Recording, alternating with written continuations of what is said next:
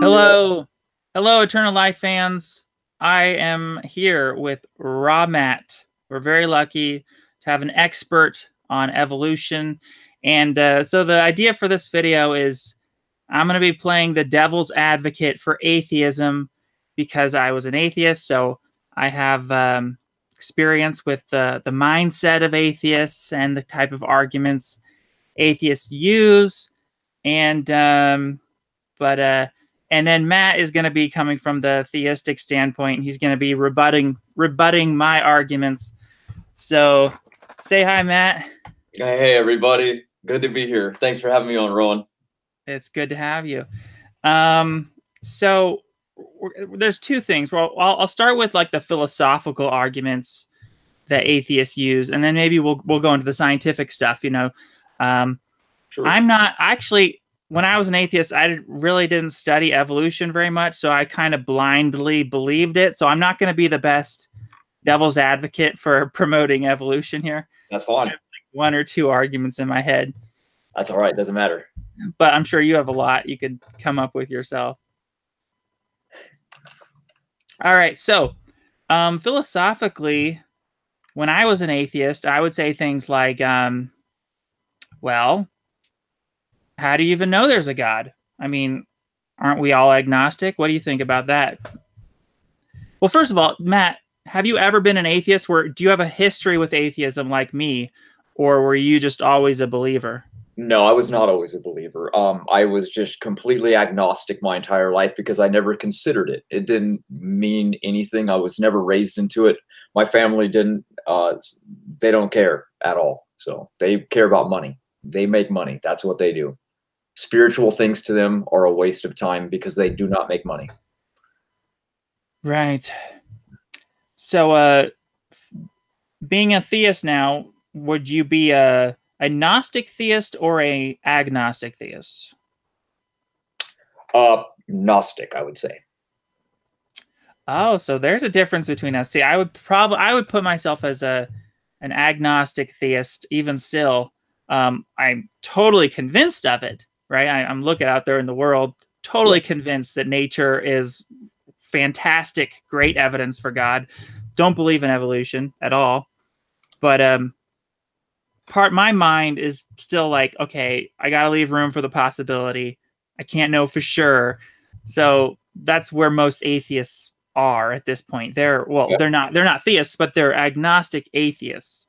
So how would you, coming from your standpoint, how would you convince someone that that you could know for sure there is a God?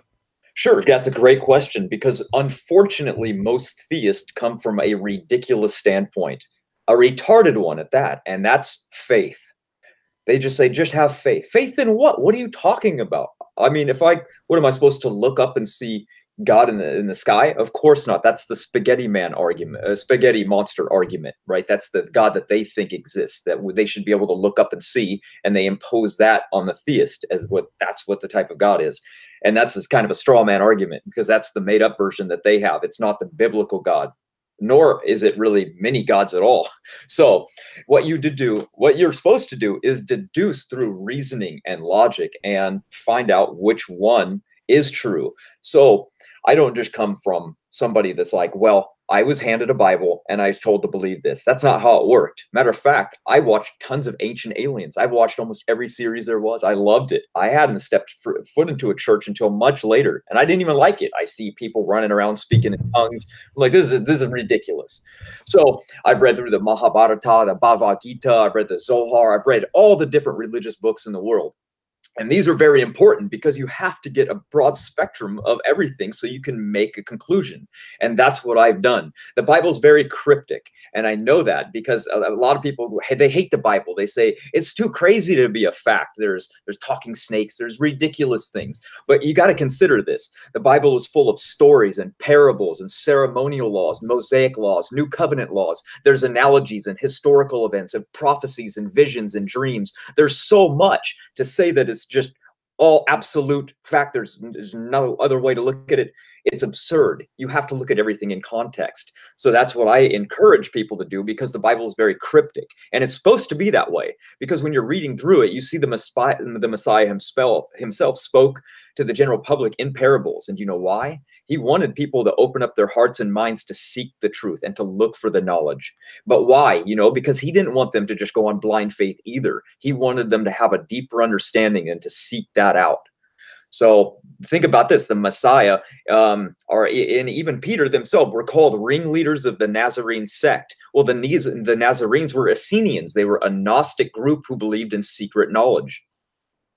So I'll go on. Then this is why it even says to us, don't throw precious pearls to swine. What are they talking about? It means don't reveal the details of God or eternal life to those who are just going to trample it under their feet like pigs would do with something precious, because they don't understand or even know what it is. And then they say all the time, well, shepherds thousands of years ago wrote the Bible. They just made it up out of nowhere, and it's completely outdated. Well, if that's true, then that would be like you today writing in a diary about the world 5,000 years from now and getting every single prediction right. So this is what I do to consider what are the odds of this game?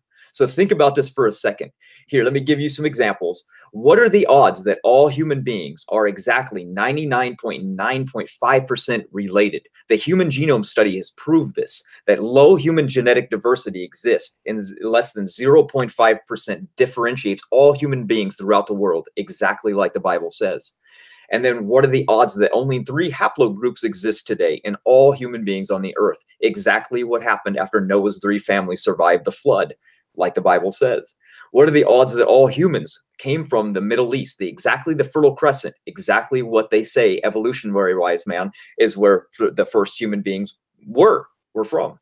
What are the odds that they have been genetically deteriorating through rapid disease? Today, we know that this is an empirical fact from looking at the Human Genome Database of genetic disease mutations. We know that the humans have been accumulating 24,000 diseases annually, constantly going up. Where are all these so-called beneficial mutations? Where are they? We don't see them in anything. People are going to be sitting out there going, yeah, we do. We see lactose tolerance. We see the El Milano. We see the HIV resistance. Those are all epigenetic regulations. None of those change. None are beneficial mutations whatsoever. So then I can go on and say, what are the odds that all human beings came from a single male and female ancestor? I mean, these odds are getting ridiculous at this point, but what are the odds that we're all frugivores, exactly like Genesis 1 tells us? What are the odds that all human language cannot arise on its own? And linguistics has found that out. They've completely figured out through the language acquisition model that Suzanne Cuttress and, oh, look at that. I figured out my camera. Oh, great. I shut it down. That's awesome.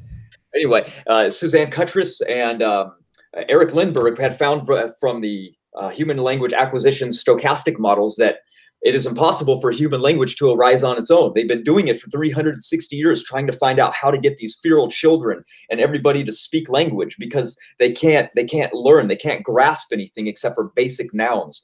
And they've actually found primates now that have the ability to speak. It's in their larynx. Why can't they do it? They can never learn anything past L1. They can never reach L2, which is where we learned language from. Nobody would ever say that dolphins or fish or apes have language. It's impossible. They can only understand nouns. So now that we know that human language cannot arise on its own, because God taught Adam and he taught everybody else, all of his descendants.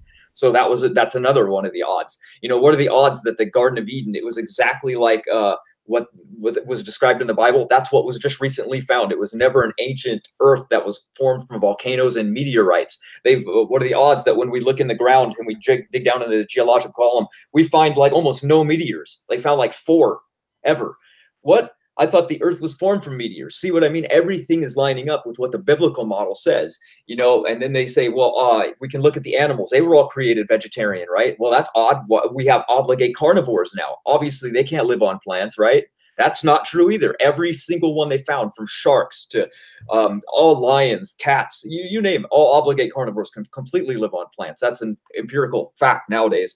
What are the odds that the best genetic people in the world all come from the Middle East, exactly where it was saying that the central diversity of all human beings should be? What are the odds that all the religious textbooks worldwide mention a golden era where people live for thousands of years? So you're telling me that people all around the planet just decided to write in their historical books that people lived like almost 1,000 years, right? Like hundreds and hundreds of years, but they never interacted with one another to know that. And then they all wrote a story about a flood where there were 8 survivors. Yeah, they had different names, but the story is exactly the same everywhere you go on Earth. What are the odds of this? What are the odds that they found the Tower of Babel inscription? You know, what are the odds that when they studied which came first, the chicken or the egg, they found it was the chicken, because the egg cannot be made without the protein that's made inside the chicken. So we have, you know, the odds of farming and language and writing and calendars and mathematics all arising around the world at the same time. Get out of here. That's a physical impossibility. That's what I'm saying, is we can take these things and we can use logic to deduce whether or not what we believe is true, and we can line it up with reality. So to say that sheep herders 5,000 years ago scribbled down some dumbass story because they thought it would be great for people around them to read or something, and then to have it accurately line up thousands of years later doesn't line up. So that's wow, some really great information there. That's a great summary right there. A lot of different evidence. What would you say for the people?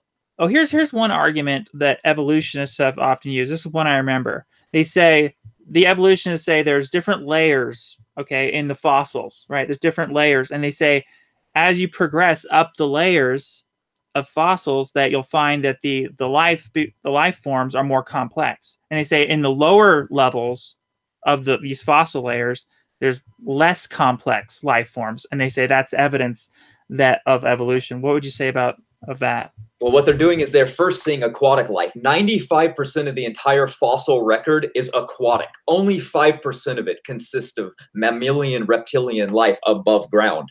So there's a lot of storytelling that can be said. First of all, when you look at it, it's all aquatic. So you're looking at things that are in the ocean and they're dead. And so when you're going to see something that can actually fossilize, because fossilization is such a rare event and occurrence, you're looking at things that have exoskeletons in them, and you're seeing things like that. So of course you're seeing simplistic life, because that's the easiest life to fossilize. That you're not going to find a bird fossilized because they float on the top of the water like a human. If you die in the ocean from a flood, they're not going to find your body fossilized. You're going to be fish food. You're going to be bird food, and you're going to be eradicated. So you don't expect to find human beings down there with these aquatic life forms, because that's what the ocean has in it. And then so they're looking at something in the entirely wrong way. They're portraying a story out of something when that's how we should find it, regardless. So, right. And then I've also heard atheists say that an argument for evolution that they'll use is that we have vestigial organs that don't serve a purpose. Have you heard this argument? Oh, of course, that's been debunked already, though. For example, they say the appendix is a vestigial organ. It's just leftover remnants, because in herbivore, like in apes, it's used to digest plant cellulose. Well, guess what? That's never what it's supposed to do to a human being, because we're frugivore. Our anatomical features are completely different. There's only one primate that's a frugivore, and it's called the owl monkey. We're frugivores. Our biological anatomy is very different than a primate, 100% actually. Try going outside and eating some bamboo leaves sometime. You're not going to do very good. So what happens is our appendix produces killer teeth cells, or killer B cells, like our thyroid produces killer T cells. Its function is an immune system. It has a lot of function in it. It's not just some empty, leftover, worthless organ or something that deteriorated and that's all it does now. It doesn't do that in primates. It only does that in mice, right? So we're more related to mice then. You know what I'm saying? Right. So, it has a good use in human beings. It's not vestigial. It has a good purpose. Just like the tonsils. People think the tonsils, you don't need them, but actually you totally need the tonsils. They're good for the immune system. Exactly. You remove those, you're going to get sick continuously, like my stepdad does. Right. Right. So, and then even like the tailbone, another thing people think is like a sign we used to have tails or whatever. Is that right? Is that what they say? Right. Well, they said that's just leftover remnants from when we were in the aquatic environment. But guess what? That we're in an aquatic environment when we're growing up in the womb. That's pure liquid. You know, we're not breathing air. You know, we live and grow up in the womb in an aquatic environment. So you can easily say that obviously we need something to survive in that environment until we're released into the world. they don't like, they say, oh, well, human beings are bad design. We have an esophagus where they can choke. Okay, well, remove that. You're going to be like a dolphin walking around squeaking at one another for, to make frequency sounds, because you can never speak. You can never speak without a throat. To say we were designed bad is to say that how we were supposed to be designed. That's just a straw man argument, That's all. Right. And then have you seen evolutionists say that the bones in like a whale fin, like the whales have bones in their fins. Do they try to use that like hand bones? It looks like hands. That they're trying to say, oh, that's a sign that the whales used to crawl on land or something, or right. they something like that. Structures, yeah, they're trying to say like anatomy structures prove relation, but in reality, okay, you can line that up all you want. But so now, let's just say that the whale has a hand bone, right? So now, but how about this? So does the raccoon? The raccoon hand looks a lot more like our hands. So are we more related to raccoon than a primate because of their hands? Right? Their hand is way more works way better than a primate's would compared to our hands, right? So now we're saying we're more raccoon related if we go by homology. But if we go by genetics, we match the mouse more and the pig. So are we going to go by genetics, or are we going to go by homology, or are we going to go by structure, or we can you can pick your poison. That's why phylogeny is always changing around their trees, because they're trying to make everything branch together to show common ancestry into one tree of life, and they're finding that this isn't the case. It's a bush of life. There's things were just created, and then they started to branch out from there. And that's what we see when we look around. Nothing can be traced back to an original one thing, left-handed amino acids floating around in a vat of hot pool of lava that just decided to branch off and can produce some gram-negative bacteria that grew lungs and a gill and the other one, and then they separated and then they formed all life. That's what they're trying to say is actually happened, but there's no evidence for it. And when they try experiments for any of these things, they completely fail. They don't do anything. A matter of fact, the longest running experiment on Earth has about 1.8 million years now of human evolution. It's run for like the last 40 to 60 years or something. And this experiment, all the bacteria that's in it have blocked themselves off into the natural environment they've acclimated and adapted to, and they've churned so many genes off by trying to survive that they can no longer even survive back in their natural environment. 50 of them are debilitated with deleterious mutations as problems, and the other ones are they've gone through what's called escape from adaptive conflict. So let's say that you have a gene that does 5 things, their gene only does 1 now, so it turned off every other function just so it can survive in that environment. And guess what? None of them have gone through any morphological changes to become something else, or even a stage of something else. So for evolution to be true, evolution had to be quick. They said it's a linear thing, so it goes up. Evolution is going up into all the life that we see today. Well, why doesn't it happen today then in experiments? Especially since we can radiate it, change it, freeze it, heat it, give it different food, give it different environments. We can dictate everything about it. We can change its genetic mutation if we want to. You know what I mean? We can control everything. We can play God with these things, and they don't do at all what they claim they can do. That's why it's false, because science requires testable, observable, repeatable evidence. They do not have that. They have to appeal to stories in the past because they cannot provide anything for what they need. That's why they hate abiogenesis. That's why evolutionary theory removed it from it. They said, just get that out of here.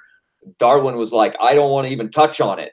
In his book, he mentioned like twice, he was like, yeah, but, I can't even begin to go there. It's just too taboo right now. I've already decimated theism. Right. Should we tell everyone what we were originally going to call this video and title the video? yeah, sure. Okay, we were going to call the video "Atheism is Cancer."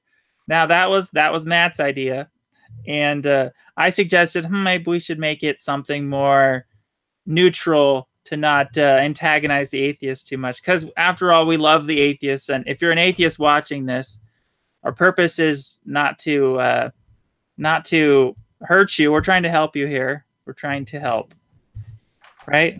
Absolutely. Matter of fact, that what's the purpose of doing this? So I can tell myself, to tell believers something they already know. I don't know. You know what I mean? It's for the non-believer. Yeah. Atheism has a huge problem for it. It dominates the world in four things: school shootings, depression, medication intake, and suicide. Why would I want you to be part of this? Right? That's all. Right. So let's say I'm wrong on theism. Let's say I'm 100% wrong, right? Okay, I'll give you that. Not only is there not a God, but he's even made up in our mind. Guess what? That's still evidence that you should still be a theist. Because the fact is that when you remove hope from people, when you remove fake or not, it doesn't matter. When you remove even the concept of God, look what it did to Darwin. He was debilitated his entire adult life from having, from his narrative of evolution concept. He came up with it, and he was like, go out and prove it. They told him, here's some money, go make this theory true. And he was debilitated with stress when he started to do this, because he was like, I fear that I'm going to make people question that there's a creator. And his life was shot out ever since then.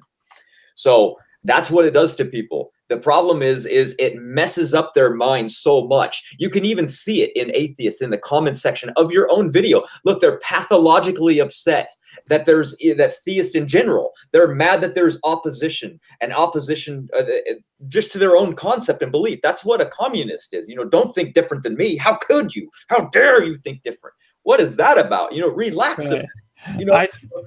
I think the reason they're so upset is because we are basically reminding them of what they don't want to be reminded of. That there's a God out there, potentially, at least. They should at least acknowledge the potential of the God that's going to potentially judge them.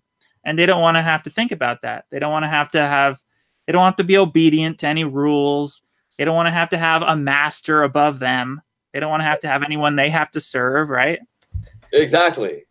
And I could understand maybe for a few of them that they feel oppressed because they might be in a family that's very religious, and they kind of are like, you should be religious too, and they're tired of hearing, let's go to church on Sunday, because I would be tired of hearing that. So I can understand some of the animosity maybe towards theism, especially if you're walking down the street and you hear a guy on a loudspeaker, God hates fags, and he's just screaming. You're like, oh wow, it just makes us look bad. It's bad in general a lot of times. So I can't just generalize all of them.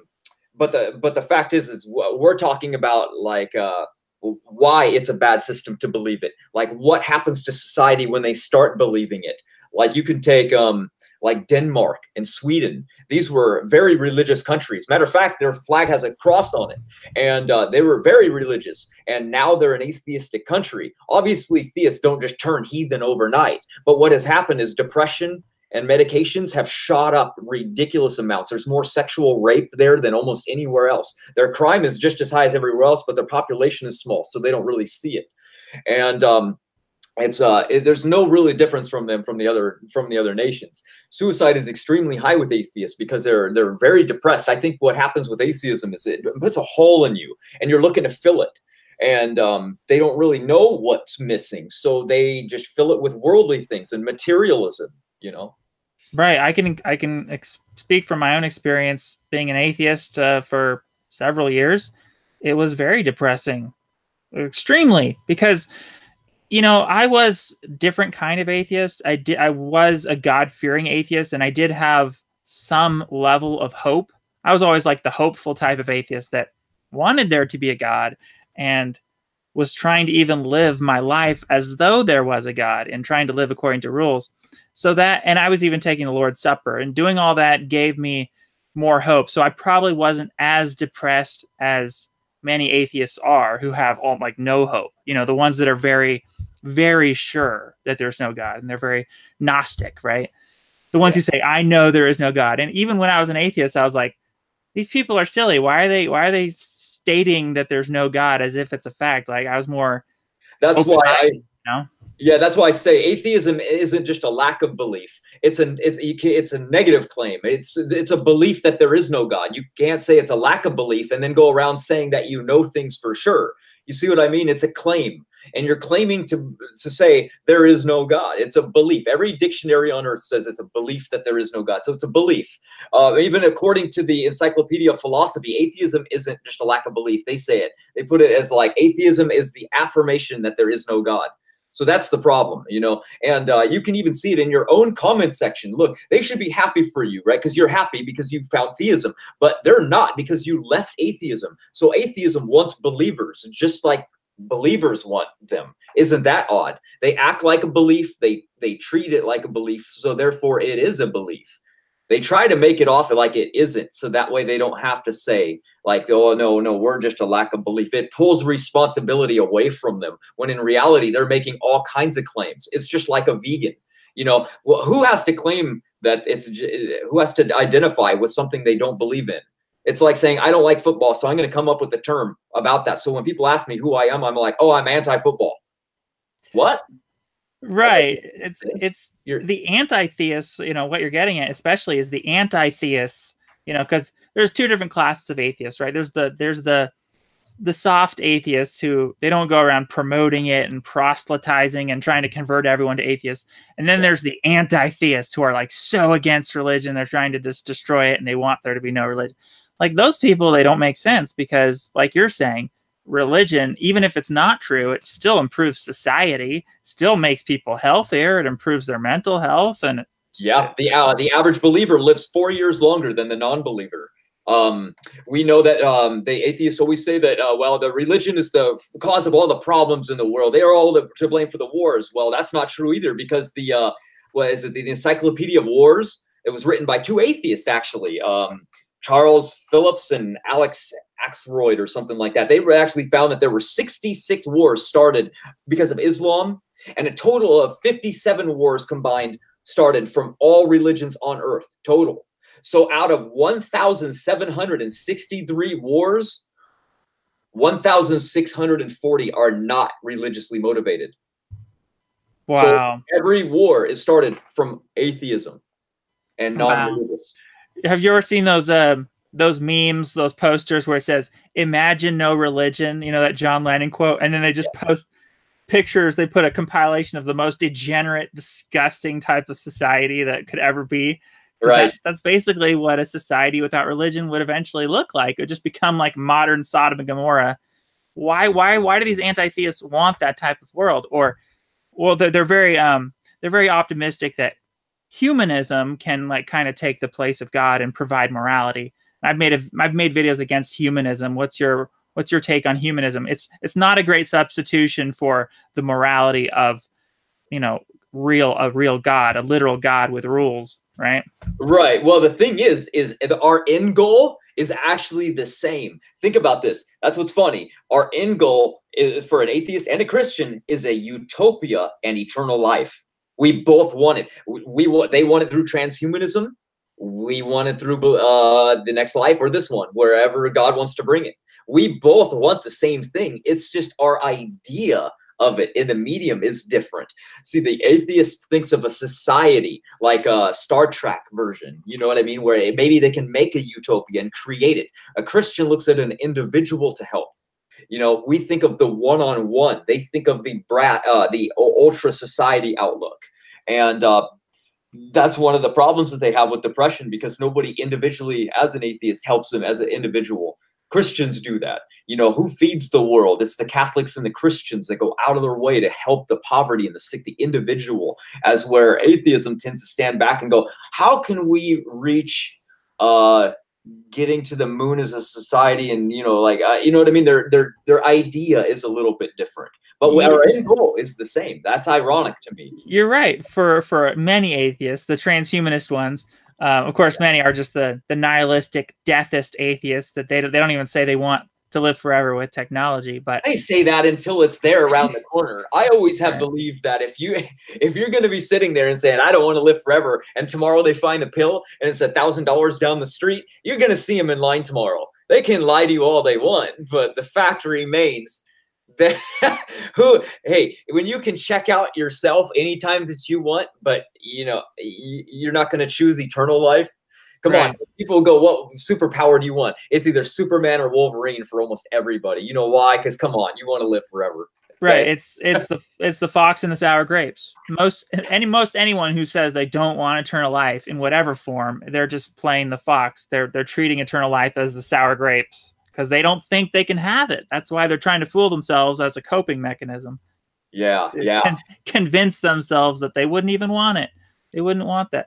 Yeah, it's ridiculous. But you know what's depressing is feeling like you're having to wait on human society to figure out eternal life. Like that's depressing, and it's in the hands of some scientists, and you're hoping they figure it out. Like these people are incompetent, and it's certainly more hopeful to have a God on your side, you know.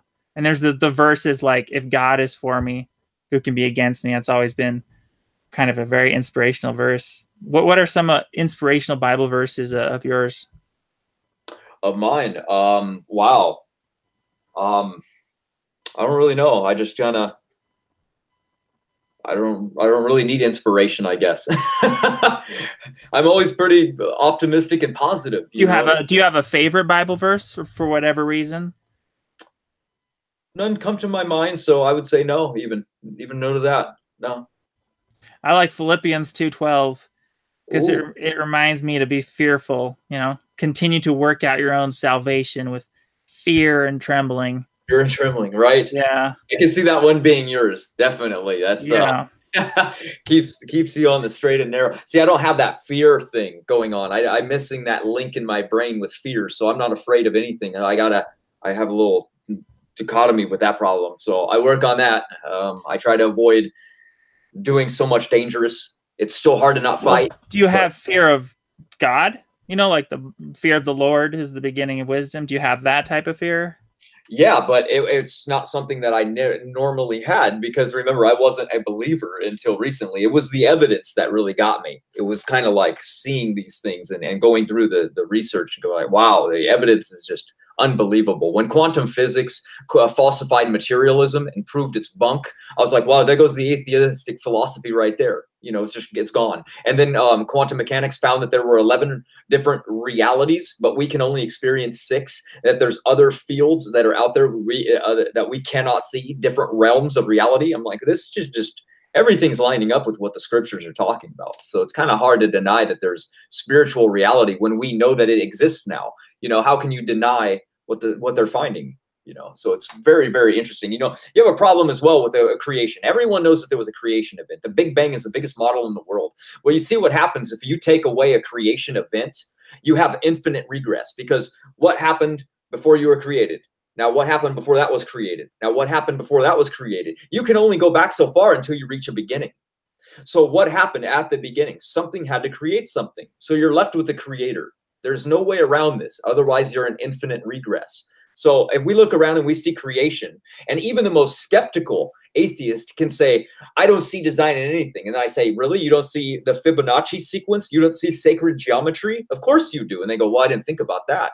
You know, they literally see it, and it's found everywhere. It's in everything. So we know that there's design in things, but they forget. You know, we disconnect because we don't see it enough to put it together.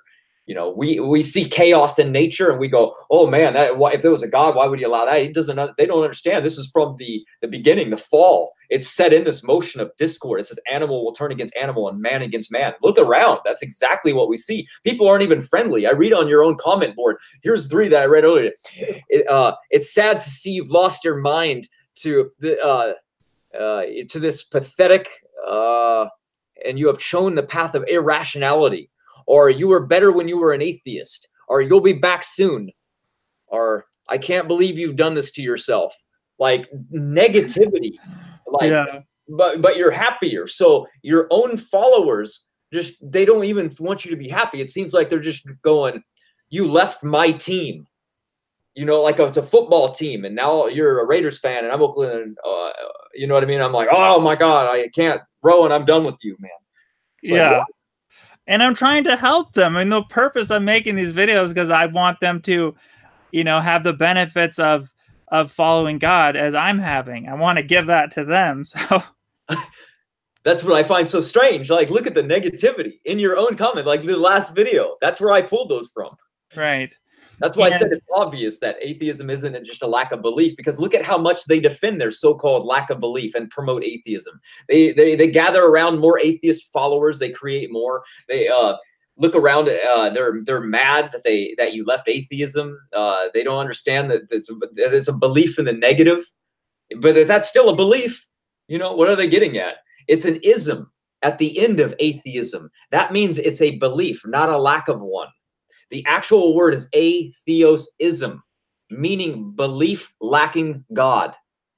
yeah, and Yeah. it's an interesting thought is that, you know, if you're an atheist, wouldn't you at least want there to be a God? Right? I see maybe the biggest divide in atheists are the ones that want there to be a God and the ones that don't. Because Mm. that really says a lot.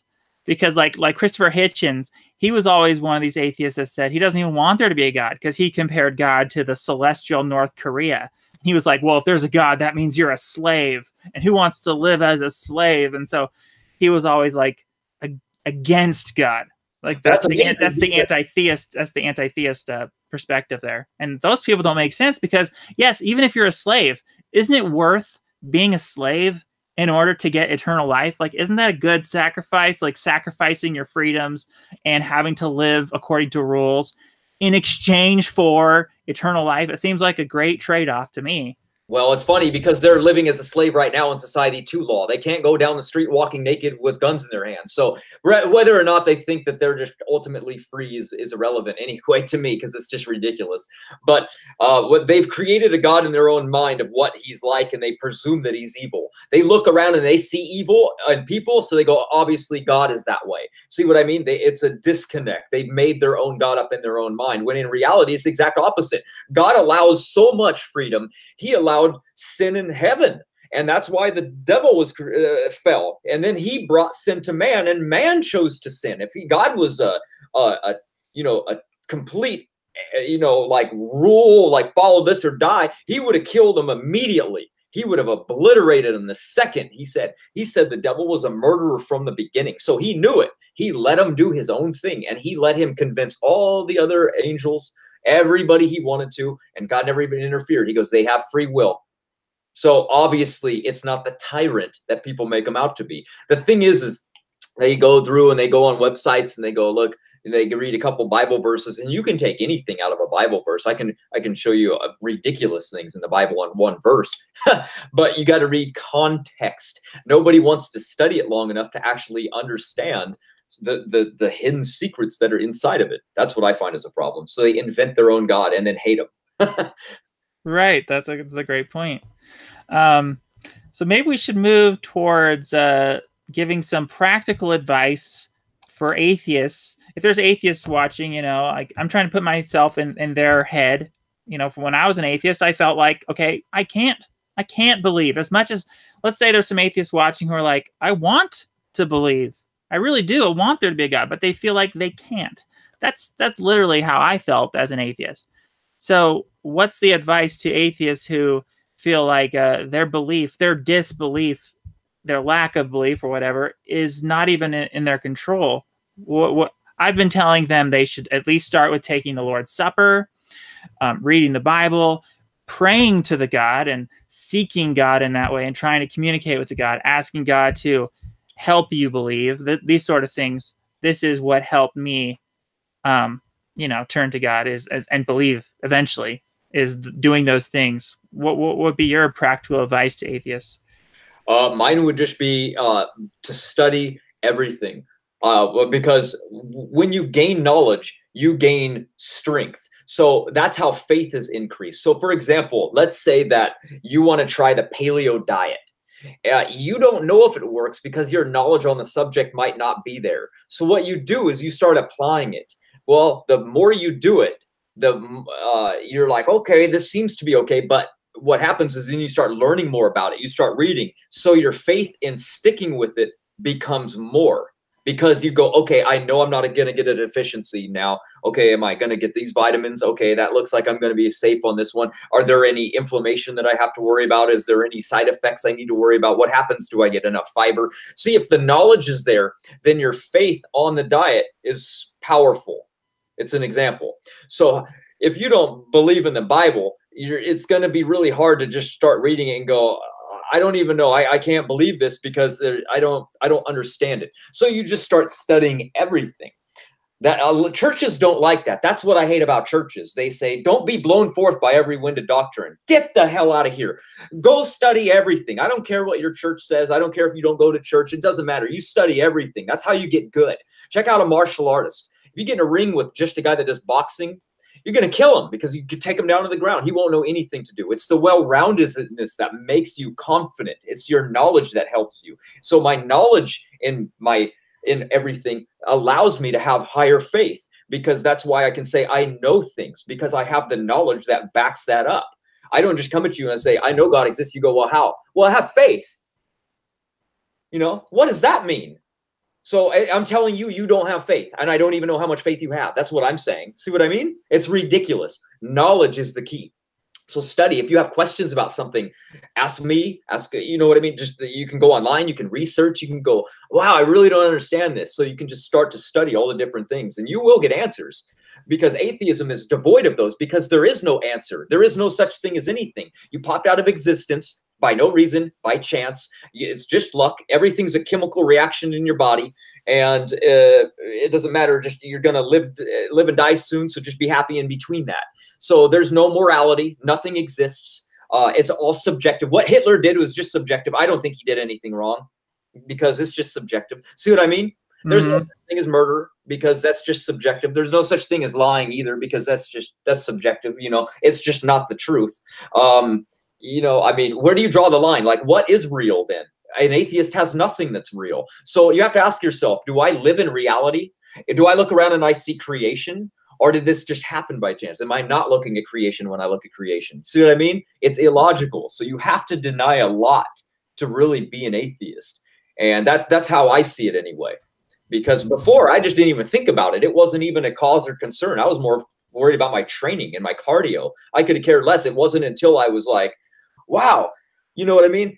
Who in the hell made the pyramids? You know, it was just something obscure that made me like start to question something. And then I got a lot more free time, and then I started getting injuries. And in between injuries, I'm like, well, what am I going to do? I can only play video games for so long. You know, I can only play Warcraft for 9 hours. What am I going to do for the rest of the time? So you start studying more, and you start like diving in and getting those answers. Yeah, knowledge is the key. Absolutely. One thing I think that keeps people from believing in God is this the problem of evil, you know, suffering. And you hear atheists say, well, you know, there obviously is no God, because look at all the evil, look at the even natural types of evil, like parasites.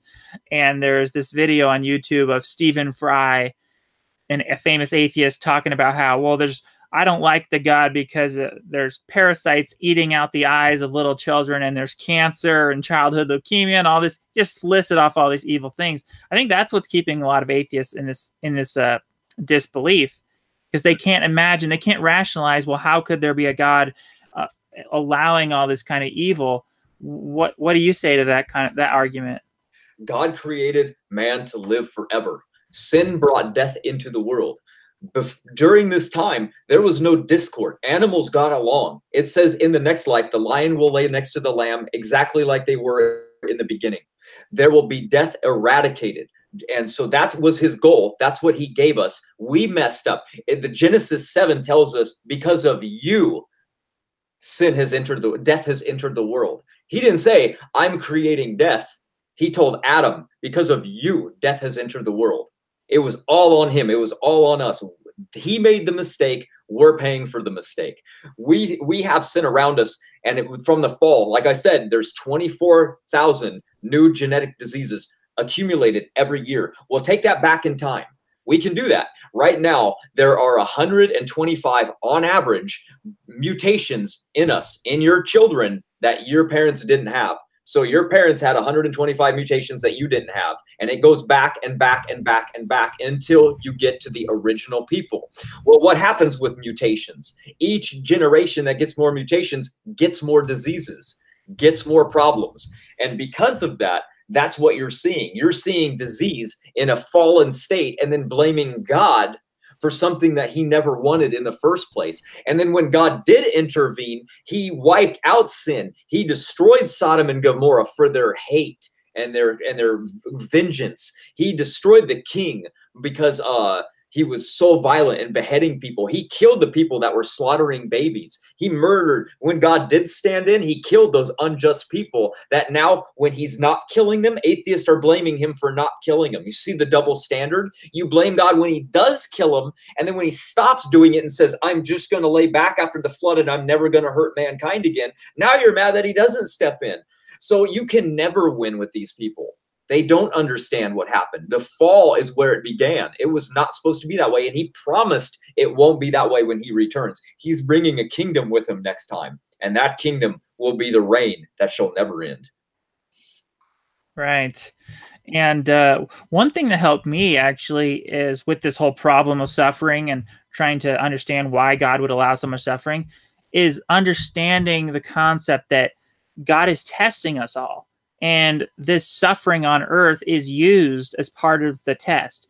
God needs there to be, free will. And if there's free will, then you have all these people doing evil things. There's going to be some collateral damage. But the whole thing is, why would you assume that God would just intervene and stop all this suffering? Because the suffering in the world works to God's favor to test everyone.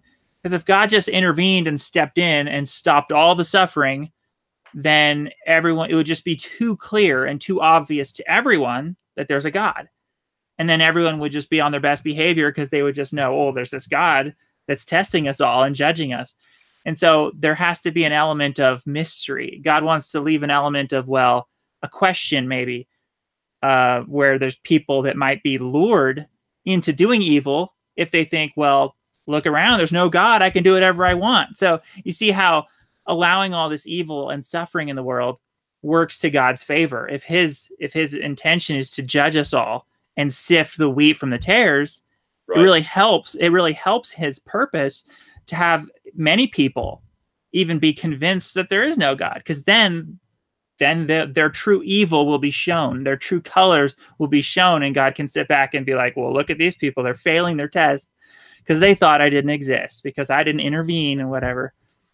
And so I've even heard atheists say, like, well, why doesn't God just reveal himself to every person, right? It's like, why would you assume God would do that? It doesn't make any sense at all. Well, think about even when he sent his son. He was walking around doing miracles and people didn't believe it even when they saw it. So the same thing would happen today. They're just, if it didn't change people back then, people don't change. They're exactly the same. So if they came along and you saw miracles, they would say, remember what they said? He's doing it from the power of the devil, probably. So there's always going to be an excuse. Always. You can never make a critic happy. That's why they're critics. See what I mean? There's always going to be anti-theists. They just hate the idea of there being a God. That's the only problem that I can see. That's the people that I usually deal with, because I can give all the evidence in the world. They will not look at it at all. They won't even let me finish. I can say, did you know there's over 600 documented prophecies in the Old Testament that have now been fulfilled from the New Testament up until now, and they're still being done? The mathematical probability of even a handful of these prophecies just shows the validity that is true in that alone. And furthermore, we could go on to direct disciples, which put their trust in the Messiah, right? And they were willing to die brutal deaths, from hanging, stoning, crucifixion, being torn apart. Why would somebody who's normal or logical or just an average human being, for that matter, all they had to do was say, I don't believe, and they could have saved their life? Somebody comes to your door, knocks on it, says, we're going to drag you out here. Are you a Christian? We're going to kill your ass, right? What are you going to say? Are you going to, hell no, I'm not a Christian. I'll shut that door real quick. I'll be back watching TV in no time. And I would be like, well, stupid idiots. They didn't even ask for ID. You know what I mean? All they had to do was say that and walk to the next town. But they said, no, yeah, we are. And so they chose death. How logical would that be? You telling me that all these people in the book of Acts decided to die? All the disciples, 11 out of 12 decided to be torn apart and killed violently, when they could have easily just said, no, we don't believe.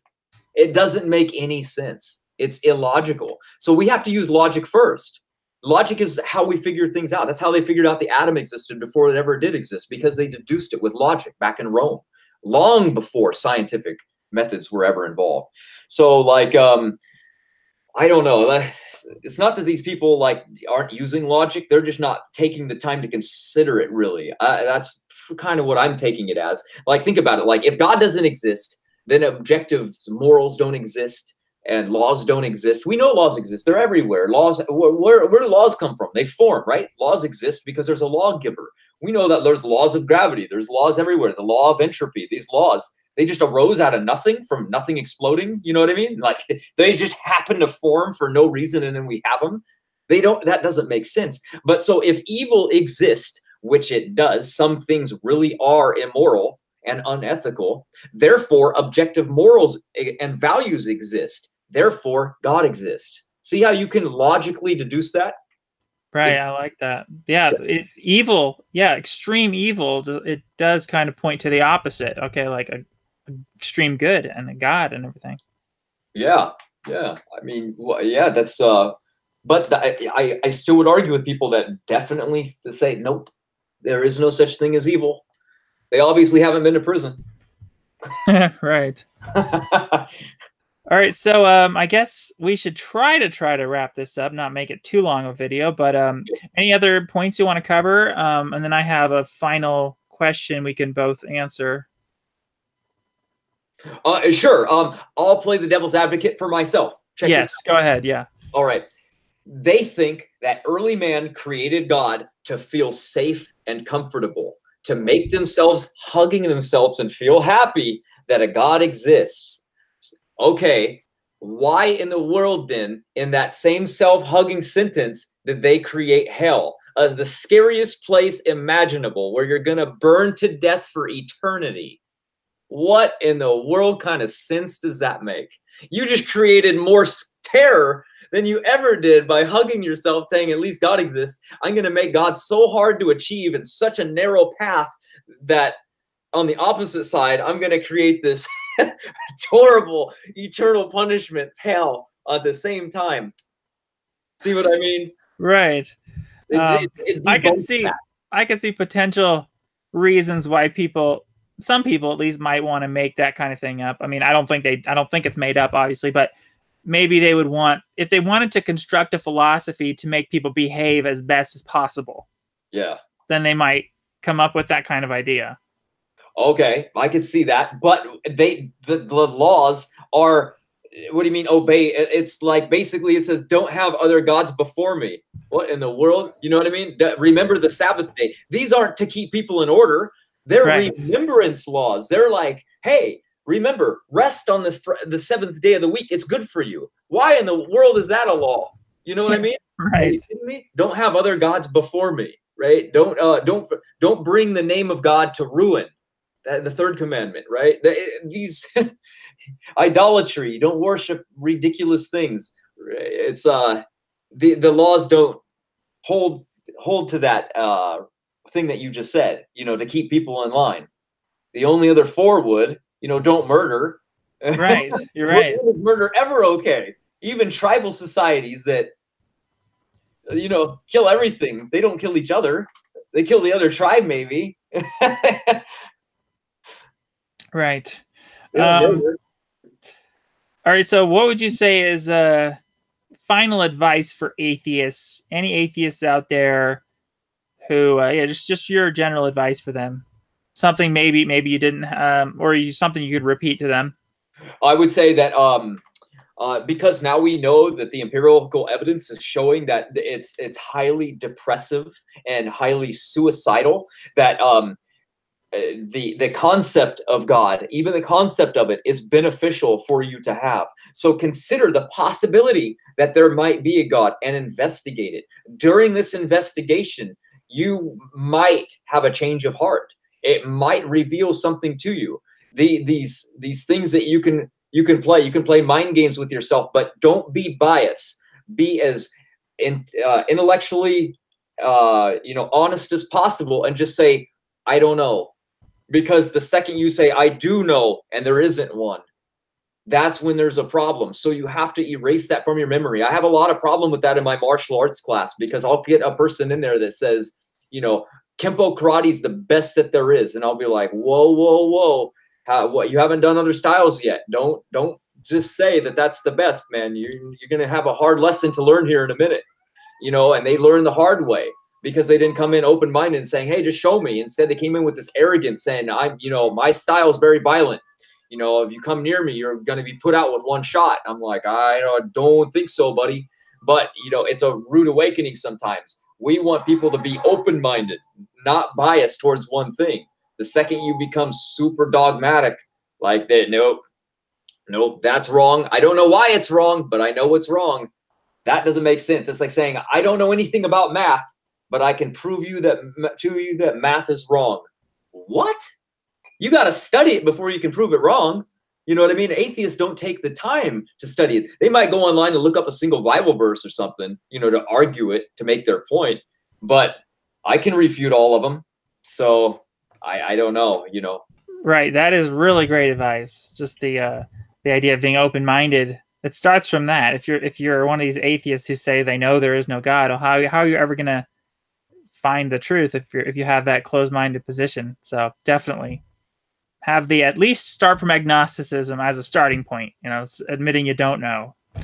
And that takes humility. That's part of it. And I would say that if you can, even if you can't manage to believe in God, I do think that there's such a thing as a God-fearing atheist. You could be, maybe you're not going to be as God-fearing as someone who actually believes, but you can have a level of a God-fearing attitude even as an atheist. And if I was an atheist, I would aspire for that type of attitude. At least try to live your life as though there is a God, even if you can't believe it. Just try to at least live your life that way, because better safe than sorry. What do you have to lose? It's like, it's only going to help your odds of living forever is to live that type of God-fearing life and have the rules. You could even do things like taking the Lord's Supper and every other rule in the Bible, right? What can an atheist isn't prevented from doing all those same things that the Bible commands to do and the things that Jesus said to do, right? They should do that. If they cared about their eternal life, they would be a God-fearing at least. Now, that's kind of rare. That's very rare. When I was an atheist, I had this type of attitude, but most atheists are not going to have that. No, they won't. That is pretty rare. If they think that's like, it's just like why I'm doing an action that I don't even believe in. But it's right. kind of like, you want to eat healthy. You might not do it. You know you're supposed to, but you're not. That's like, you know, deep down it hurts. You know you're supposed to eat healthy, but when you open up the fridge, you're like, there it is, that chocolate cake again, and you just grab it, but you know you're not supposed to. That's kind of like what we're trying to show you is atheism in the United States. If you live here, it's really not to your benefit to be an atheist. It's to your benefit to be agnostic. Atheism is the most disliked minority in the entire United States. The matter of fact, atheists aren't even allowed to run for public office in many states still, only at a federal level. That's the best they can get. Maryland, Arkansas, Mississippi, North Carolina, South Carolina, Tennessee, Texas, they all still have articles in their constitution saying that if you do not believe in God, you are ineligible to run for public office. 6 other states also include articles in their constitution saying that people that do not believe in God cannot run for anything. They don't want you there because if don't believe in morality, if you don't actually believe in objective morality and you just believe that, it doesn't really matter, then they can't trust you.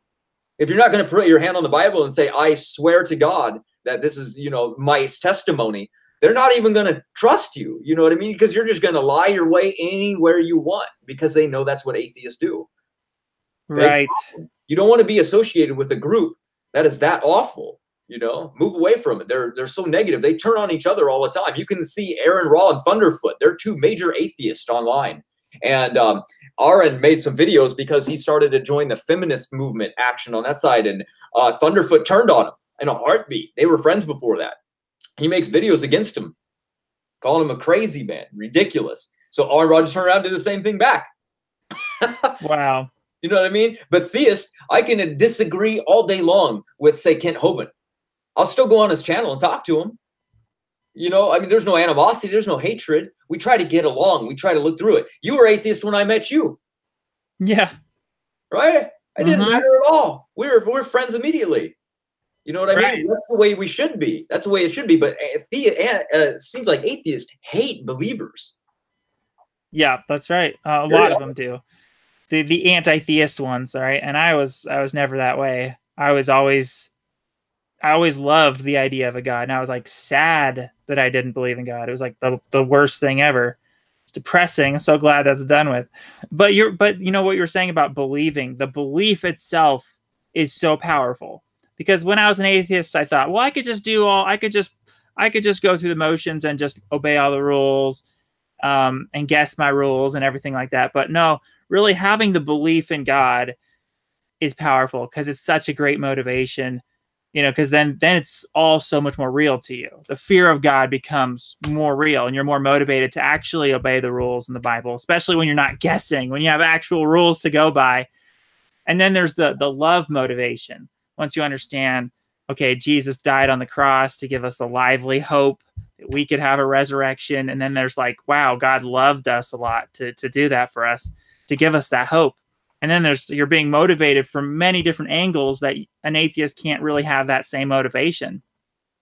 Right. They're so stuck in the world that doesn't care about you as an individual. You know, the government doesn't care about you. You stop paying your car taxes, they take it away. They don't care about you. You know what I mean? It's just you're on your own kind of thing. You got some family if they like you. You know what I mean? But as a group, theism, we band together. We help the individual. We like the individual. If you're a Jehovah's Witness and you go to any Jehovah's Witness Kingdom Hall in the world, you can go to travel to Hawaii and walk in and just say, I'm just in town. I'm staying for a week. One will take you in, no rent ever. You can do the same thing, Seventh-day Adventist. Doesn't really matter. Religions are very hospitality. When you get into a prison, if you don't know anybody and you've never been there before, you join the church, instant friends, instantly. That's because religion binds, it ties, it has purpose, it gives people hope and meaning. And people are down and out. Think about what atheism does for people. People turn into a theist and they give up drugs and alcohol and addictions and porn and problems and all these problems. People turn atheist, they do the exact opposite.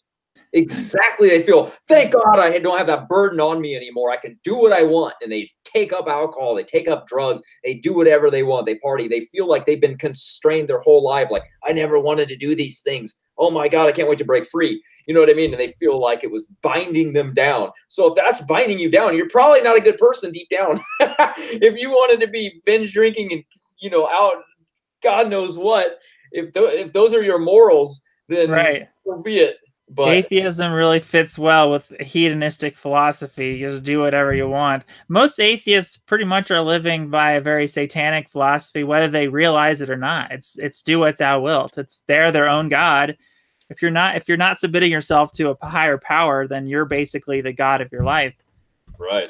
Yeah, exactly. Well, atheism is exploding. They have churches everywhere now. Matter of fact, atheism and secular humanism are both the unofficial religions of America's government and schools right now. They have their own 501c3 tax exemptions, and according to the IRS, they are tax exempt.